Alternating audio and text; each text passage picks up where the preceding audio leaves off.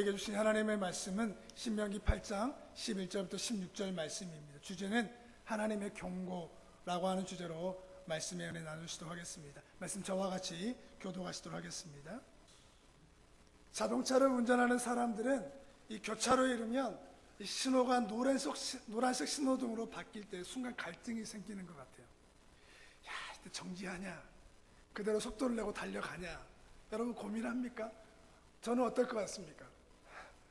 목사님은 앞에서 그렇게 차분히 말하는 거 보니까 우리 목사님은 멈출 거야. 땡. 그냥 그렇게 웬만하면 신호를 막 건너려고 하는 것 같아요. 노란색 신호등은 그 신호가 바뀌니까 뭐 하라고 하는 겁니까? 정지해라 라고 하는 것을 분명히 알지만 그 신호에 넘어가기 위해 서둘러 교차로를 통과하죠. 그러나 그 신호를 무시한 선택에는 사고의 위험이 따릅니다. 그리고 사고가 났을 때 대형 사고로 이어질 수 있는 조건을 갖추게 되는 것 같아요. 우리들의 신앙생활 때때로 이 하나님의 경고가 우리의 삶의 신호등처럼 반짝거릴 때가 있다고 하는 거예요. 모르는 척 외면하고 그냥 지나쳐가고 싶은 신호입니다. 그럴 때 우리는 그때 멈춰서서 우리 자신을 돌아봐야 되는 거예요. 지금 우리 사회도 약 3개월 이상 바이러스와 사투를 벌이다 보니까 이런저런 경고가 계속 나옵니다. 제2차 코로나가 가을과 겨울에 다시 유행할 수도 있을 것이다. 어쩌면 우리는 코로나 이전의 삶으로 다시 돌아가는 게 쉽지 않을 수도 있다. 불가능할 수도 있다라고 이야기도 합니다. 그렇기에 지금 그 시간이 오지 않도록 경계하고 조심해야 된다. 벌써 우리의 마음에 허리띠가 풀어져서 벌써 제주도는 비행기가 만석이고 호텔과 모텔이나 뭐 그런 것들이 다 만석이 됐다고 하는 이야기를 이렇게 듣게 되지 않습니까? 어쩌면 이런저런 경고와 문자와 매스컴의 이야기를 우리가 들으면서 하지만 사람들은 이런 경고의 메시지를 그냥 지나치고 싶어 하는 것 같아요.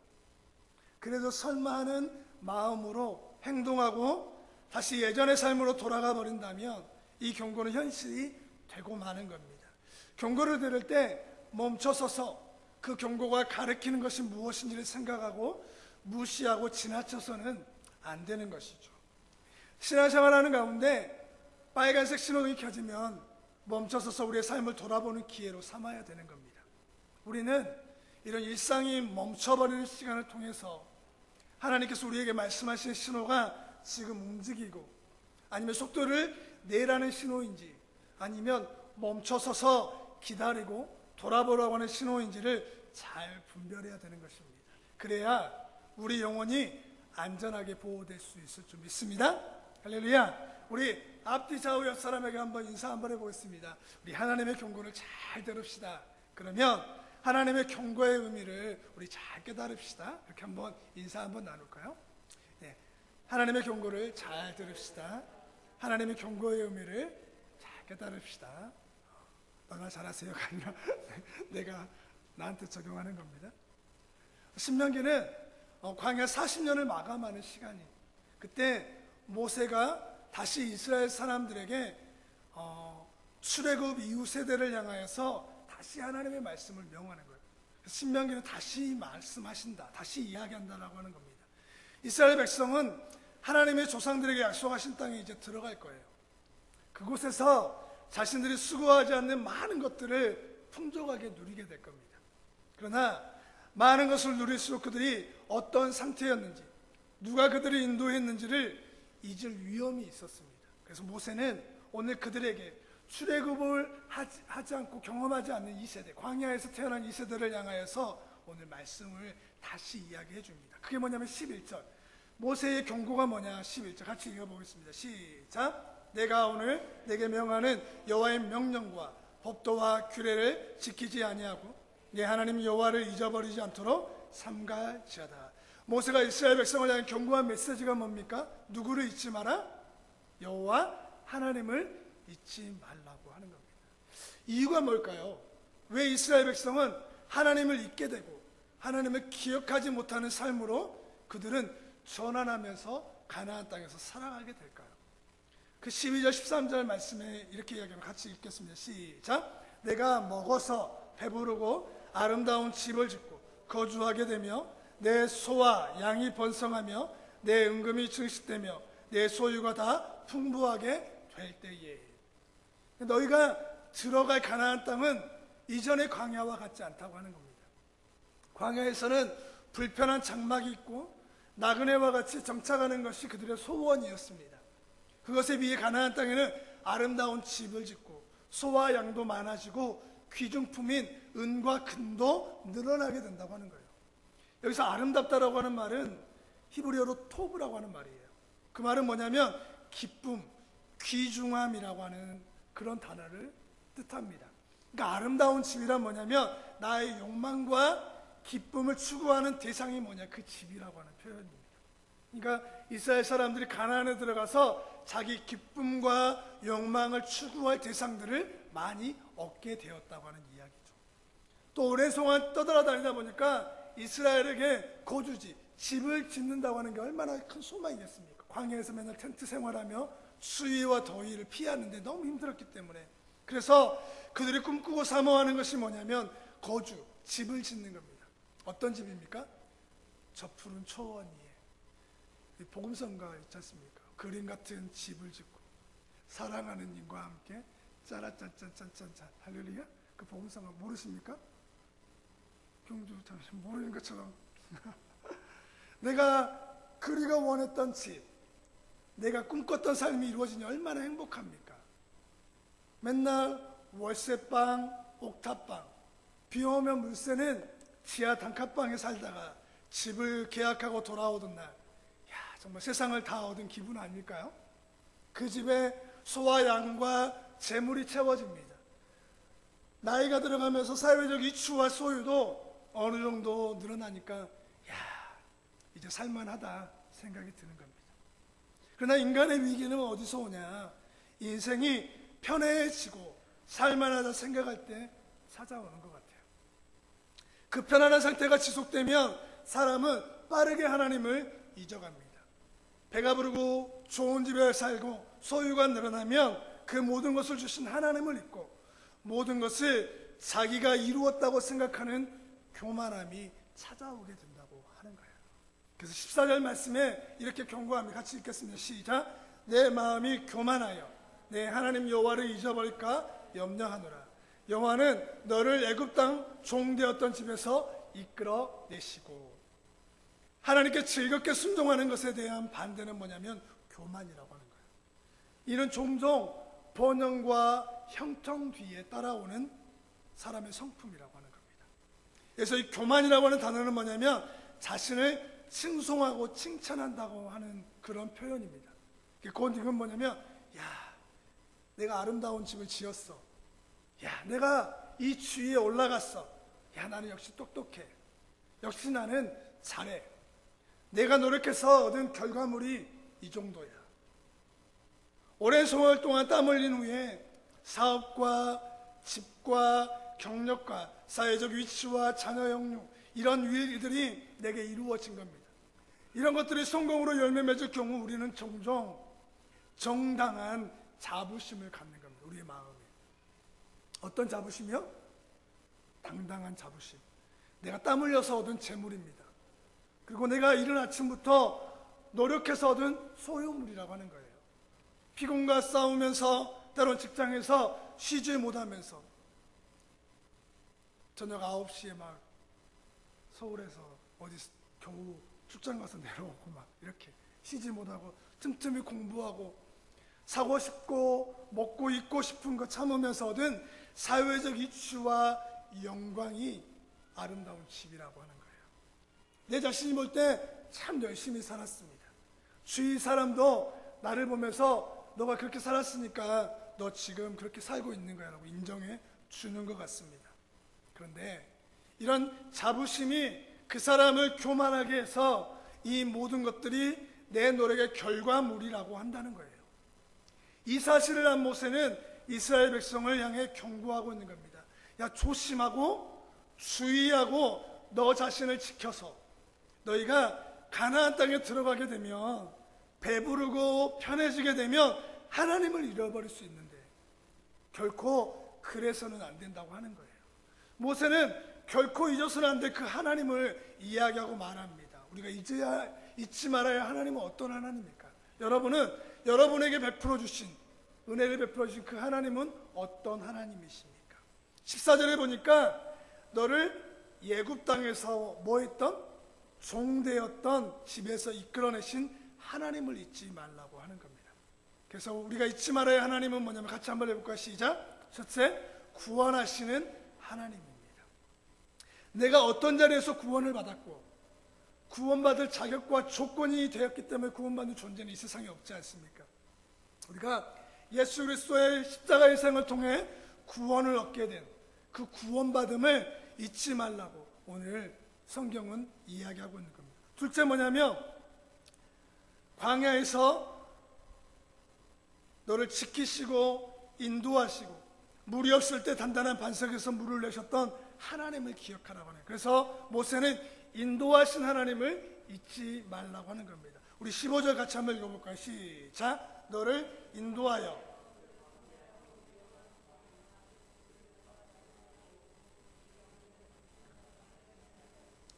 또 너를 위하여 단단한 반석에서 물을 내셨으며 험난한 광야 생활 가운데 지키시고 보호해 주신 하나님을 잊지 말라고 하는 거예요.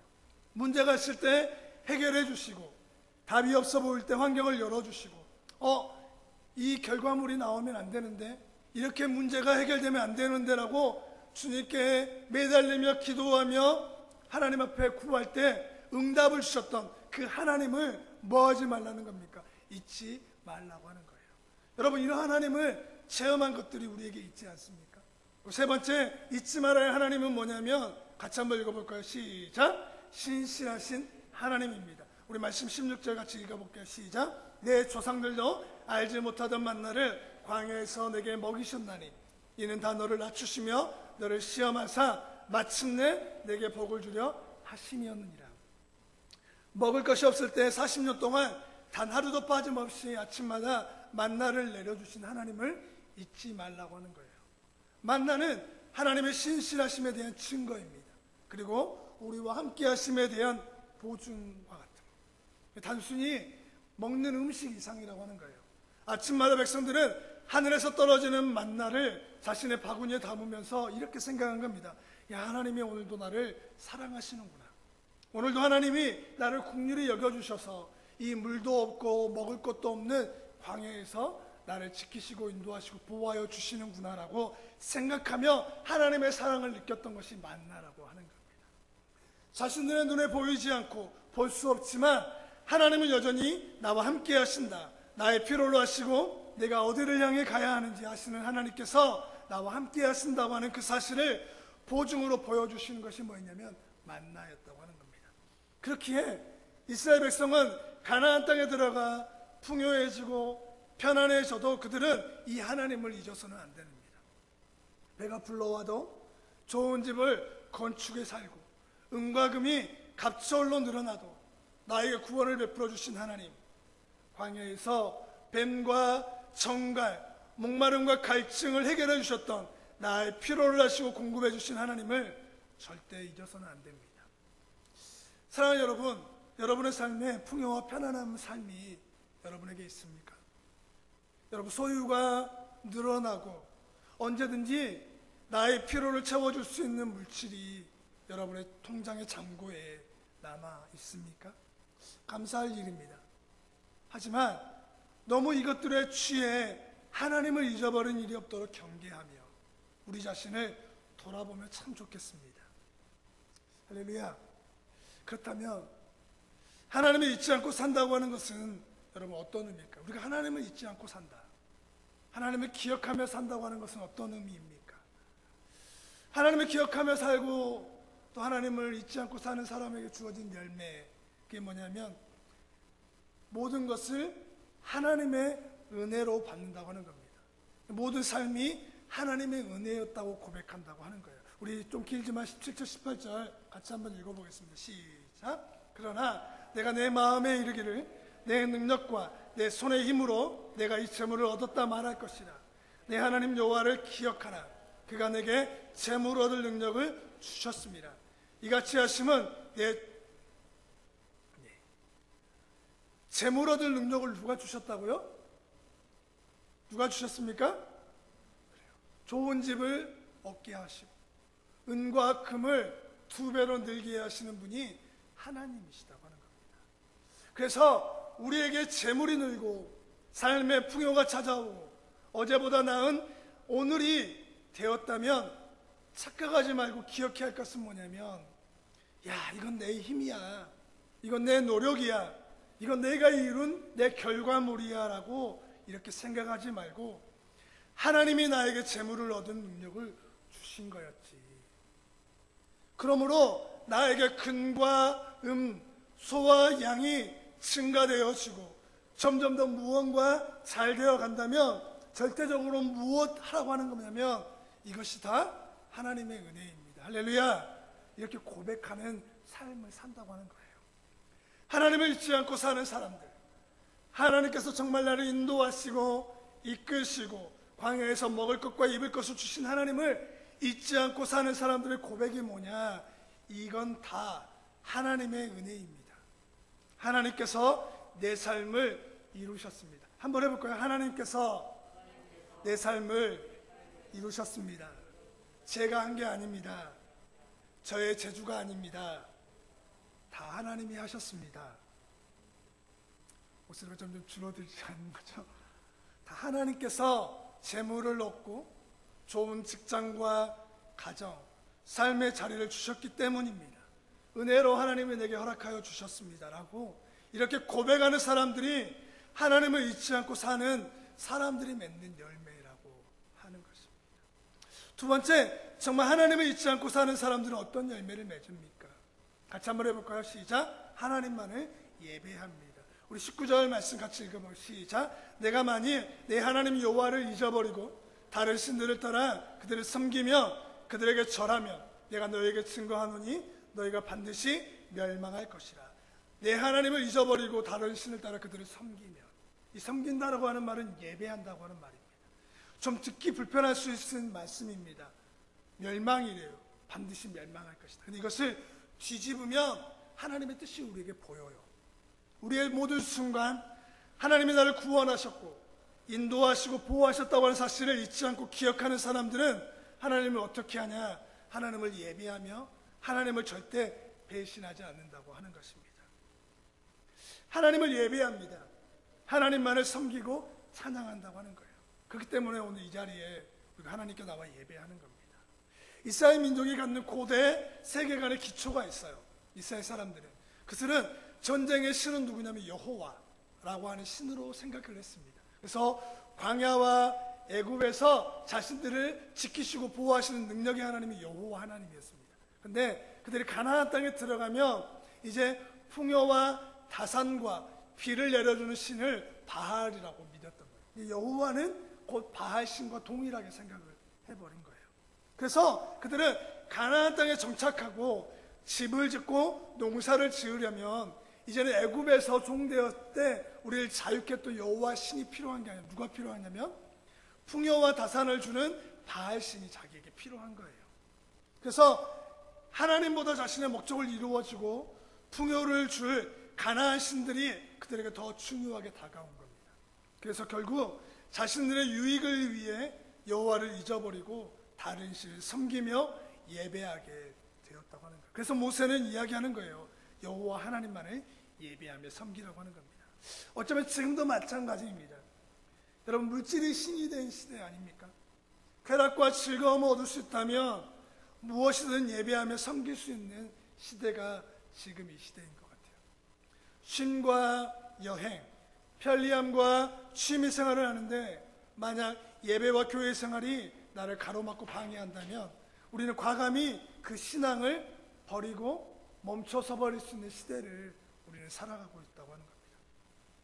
구원받게 하신 것은 감사하고 좋은 집과 소유를 얻게 하신 것은 참 좋은데 이제 내가 이루어야 할 목적을 성취해 주시는 신은 여호와 하나님이 아니라고 하는 거예요.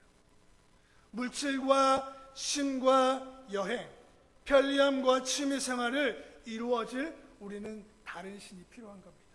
그래서 하나님을 예배하지 않고 다른 신을 예배하기 시작하는 거예요. 그래서 하나님을 예배하며 그분을 기억하는 것을 잊어버리는 겁니다. 모세는 이것을 경고합니다. 잊지 말라. 너의 삶이 풍요로워져도 불편함이 없어도 이제 이 정도면 야 살만하네 라고 생각이 들 때 잊지 말라고 하는 겁니다. 그게 바로 오늘 우리에게 주신 하나님의 경고입니다. 이제 결론입니다. 그러면 어떻게 하면 하나님이 하신 경고를 듣고 하나님을 잊지 않고 기억하며 우리는 신앙생활을 할 수 있을까요? 다시 우리 11절로 돌아가서 이 말씀 읽고 마무리하겠습니다. 11절 같이 읽습니다. 시작. 내가 오늘 내게 명하는 여호와의 명령과 법도와 규례를 지키지 아니하고 내 하나님 여호와를 잊어버리지 않도록 삼가할지라. 하나님을 잊지 않는 가장 중요한 원리, 명령과 규례와 법도를 지키는 겁니다. 근데 이 명령과 규례와 법도는 한 단어로 설명되어져 있습니다. 그게 뭐냐면 말씀이라고 하는 거예요. 그러니까 오늘 내게 명령하는 말씀을 지키고 그 말씀을 기억하는 겁니다. 그래서 지킨다고 하는 말은 뭐냐면 관찰하고 묵상하고 내 마음에 품는 것을 말하는 거예요. 이것을 만약 놓치고 산다면 너희들은 어떤 결과를 얻게 되냐면 잊어버리는 거예요. 하나님을 잊어버리게 된다고 하는 거예요. 하나님의 말씀을 가까이 하고 살아야만 하나님을 잊어버리지 않게 된다고 하는 이야기인 것입니다. 하나님의 말씀에 너무 멀리 떨어져 있다 보면 하나님을 또 잊어버리게 되는 거예요. 우리가 이 3개월 시간을 보내면서 여러분 하나님의 말씀과 하나님과 얼마나 가까이 계셨는지 모르겠습니다. 사랑하는 여러분, 믿음의 거리를 측정하는 방법이 있대요. 뭐가 있다고요? 네.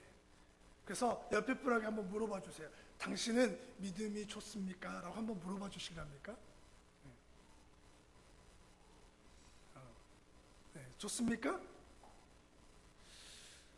당신은 하나님과 얼마나 가까이 있습니까?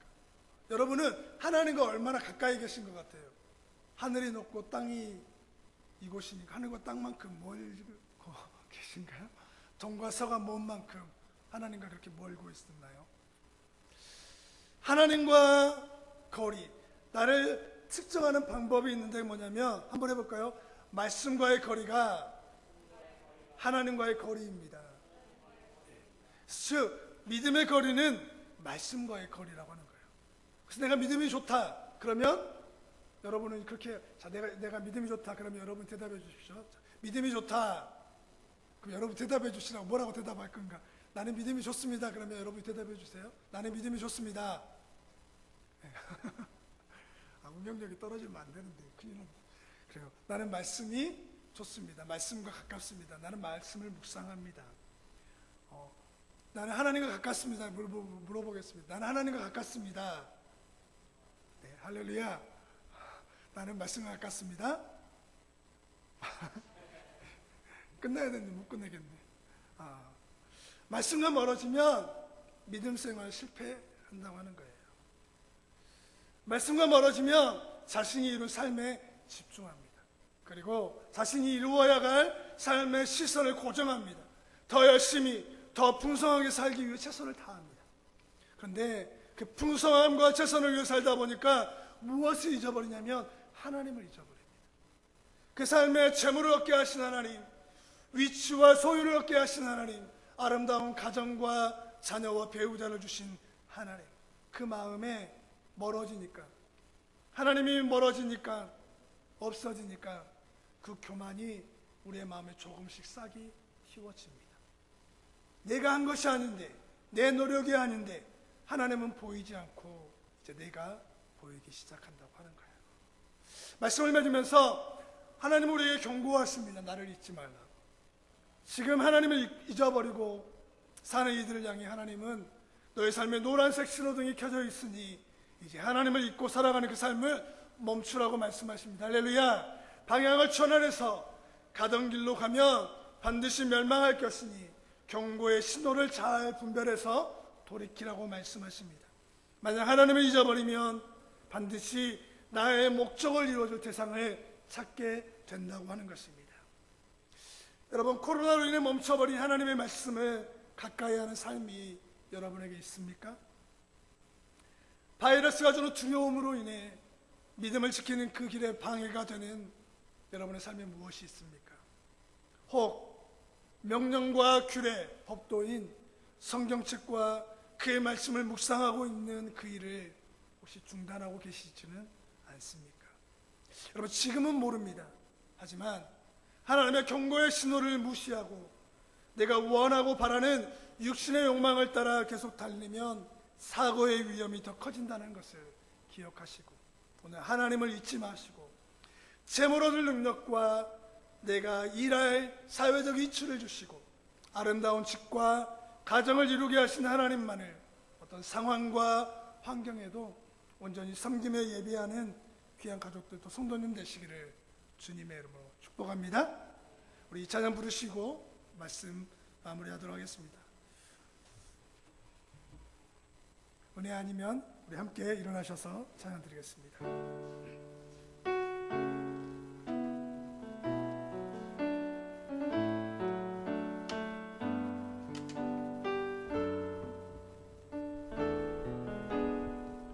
우리 이 자리에 나왔는데 여러분 마음에 예배드림이 은혜입니까? 아니면 우리 삶에 무언가 채워지며 그것으로 인해서 만족하며 나아가는 게 은혜입니까? 하나님, 오늘 우리 다시 마음을 되새기며 하나님을 기억하며 하나님만을 예배하며 우리의 삶의 모든 것을 하나님이 하셨습니다. 하나님이 이루셨습니다. 하나님의 은혜입니다. 그렇게 나는 하나님을 예배함을 포기할 수 없습니다라고 고백하는 그런 시간이 되었으면 참 좋겠습니다. 사랑의 주님, 내 인생 하나님의 은혜 아니면 지금 이 자리에 올 수 없었는데 소유가 늘어나고 아름다운 집을 짓고 사회적 이치가 준비되어 가다 보니 어느새 하나님을 잊어버리고 내 욕망과 내 기쁨을 채워줄 가나안 땅의 바알을 예배하며 살려고 하는 우리들의 모습을 보면서 오늘 하나님의 경고하심을 듣게 하여 주시옵소서. 나를 잊지 마라, 나를 기억하라, 나를 예배하라. 그리고 내가 너에게 명한 명령과 규례와 법도를 지키라 라고 하신 하나님의 말씀 앞에 하나님, 한 주간 하나님을 가까이 하게 하여 주시고 하나님의 말씀을 깊이 묵상하며 그 말씀과 가까이 하여 내 입술의 고백이 찬양이 되게 하시고 나의 생각이 하나님의 노래로 가득 차게 하시고 하나님의 말씀으로 가득 차서 우리의 모든 삶이 하나님의 은혜였다고 고백하는 복된 한 주 되게 하여 주시옵소서.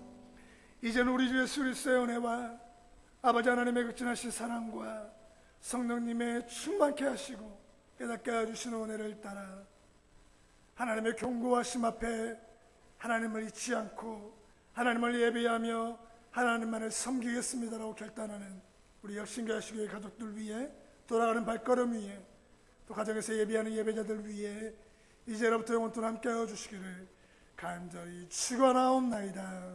아멘.